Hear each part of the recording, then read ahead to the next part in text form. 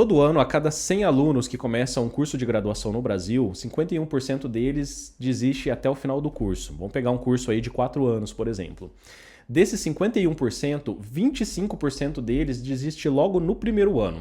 Esses são dados da OCDE, que é a Organização da Cooperação para o Desenvolvimento Econômico. Uma das principais justificativas é justamente o descompasso que existe entre expectativa versus realidade dos alunos que iniciam esses cursos de graduação versus o conteúdo do curso ou mesmo as exigências que são feitas para esses alunos que de fato traz eles para a realidade, né? Então, esse ponto principal é justamente o que faz com que exista a desistência. Esses alunos, eles acabam criando uma expectativa irreal e essa expectativa acaba refletindo na evasão e na desistência desse curso ao longo do período. Isso também é justificado pela falta de apoio, né, e orientação profissional, trazendo aí mais informações para que eles se embasem e tenham uma decisão aí antes até mesmo de se candidatar ou fazer o vestibular, para que eles tenham clareza e certeza sobre o que eles vão se deparar ao longo do curso. Bom, e além desse motivo principal, existem outros 3 motivos que justificam essa desistência. Um deles é a baixa qualidade educacional, ou seja, os alunos que entram numa graduação, eles não vieram tão preparados assim com relação à educação básica. Isso traz um choque de realidade, fazendo com que ele se sinta deslocado ou não consiga acompanhar o conteúdo de um curso que é mais técnico, é onde rolam as dificuldades e isso contribui com a desistência. Outro ponto é com relação à qualidade dessas instituições e dos cursos de graduação, ou seja, elas não passam para esses estudantes aquela clareza com relação ao retorno que ele vai ter depois de formado versus o investimento que ele está fazendo na graduação. Então essa sensação de insegurança é o que também contribui, segundo a pesquisa, para que haja essa evasão dos cursos e, teoricamente, esses alunos acabam buscando outras opções também de cursos e instituições. Bom, o segundo ponto é a questão financeira, ou seja, como a maior parte desses estudantes eles estão na rede privada e não na pública, isso contribui com que a falta de remuneração dele nesse período ou mesmo as exigências financeiras desses cursos fazem com que eles não consigam sustentar um período longo. Bom, 4 anos pode ser considerado um período longo, né, para esses estudantes que muitas vezes não têm uma remuneração fixa ou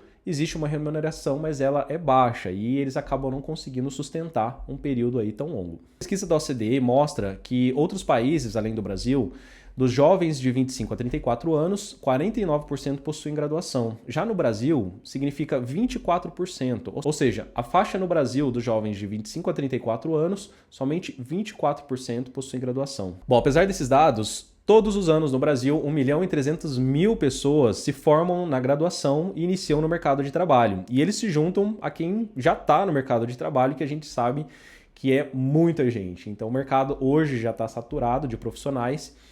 E outro dado bem interessante que contrapõe com esse é justamente desses 1.300.000 que se formam e vão para o mercado de trabalho, somente 12% dessa galera, desse montante, não só quem se forma, mas também quem já é formado e quem já atua no mercado de trabalho, somente 12% deles rentabiliza por meio do seu conhecimento. Ou seja, olha só o paralelo. A pessoa fica 4 anos, dependendo do curso até mais, investindo no seu conhecimento, no aprendizado técnico, justamente para aplicar isso no mercado de trabalho. Só que aí ele vai para o mercado de trabalho, só 12% do montante de profissionais do Brasil conseguem de fato aplicar o conhecimento dentro da atividade que ele desenvolve. Isso conversa muito com uma outra questão, e eu falo porque eu já vivenciei muito isso no mundo corporativo, justamente você inicia dentro de uma empresa, por exemplo, vamos pegar o exemplo de quem atua no mundo corporativo, porque tem muita gente também que acaba utilizando o seu conhecimento sem necessariamente atuar numa empresa, pode ser autônomo, né, como advogados, médicos, nutricionistas, enfim. Mas vamos pegar o exemplo de quem atua hoje dentro do mundo corporativo. Essas pessoas, muitas vezes elas entram dentro de uma vaga, dentro de uma posição, justamente por conta da sua capacidade técnica, do seu skill técnico, ou seja, tudo aquilo que você absorveu, né, que ele absorveu de informação, né, dentro de um curso de graduação e depois, posteriormente, numa pós-graduação, e ele fica dentro de um período desenvolvendo a sua atividade. Só que aí, ao longo dos anos, ele pode sendo levado para outros caminhos que não necessariamente conversam ou se conectam com a sua formação de origem. Ou seja, ele entra muitas vezes, né, como um profissional, como um engenheiro, e ele sai de lá fazendo atividade operacional, administrativa, e pouco se utiliza do seu conhecimento técnico como engenheiro, e ele acaba focando muito mais em atividades operacionais e administrativas, e ele acaba subutilizando todo esse conhecimento que ele absorveu ao longo de anos na graduação ou na pós-graduação.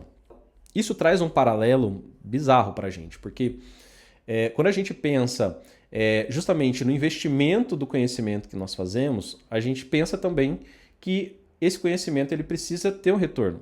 Isso faz com que a gente pense no ROI do conhecimento, ou seja, todo mundo que inicia, né, uma graduação ou mesmo busca por conhecimento, isso, ou um curso técnico, por exemplo, que pode trazer um retorno mais rápido, né, para o profissional.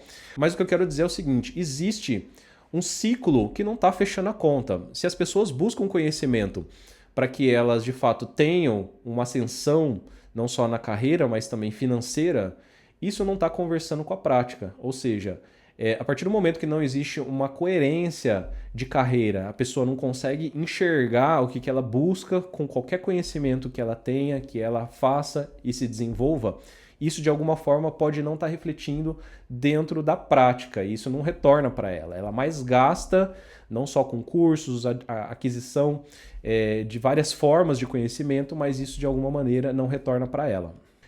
Isso mostra também que esse profissional ele pode ter um currículo muito elevado, ele pode ter muitas qualificações teóricas, só que na verdade o que de fato gera valor para 68% dos brasileiros é justamente a entrega.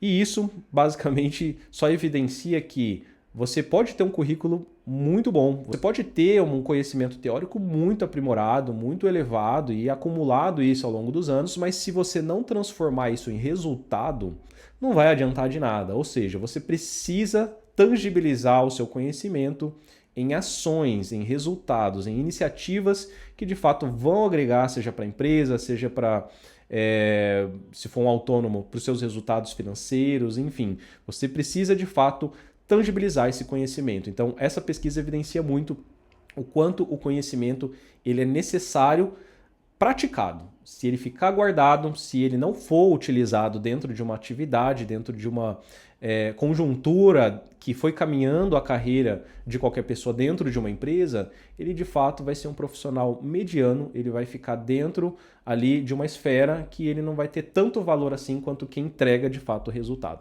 O problema não está no quanto um profissional sabe, mas na capacidade que ele tem de transformar esse conhecimento em produto, em entrega e em posicionamento. O problema não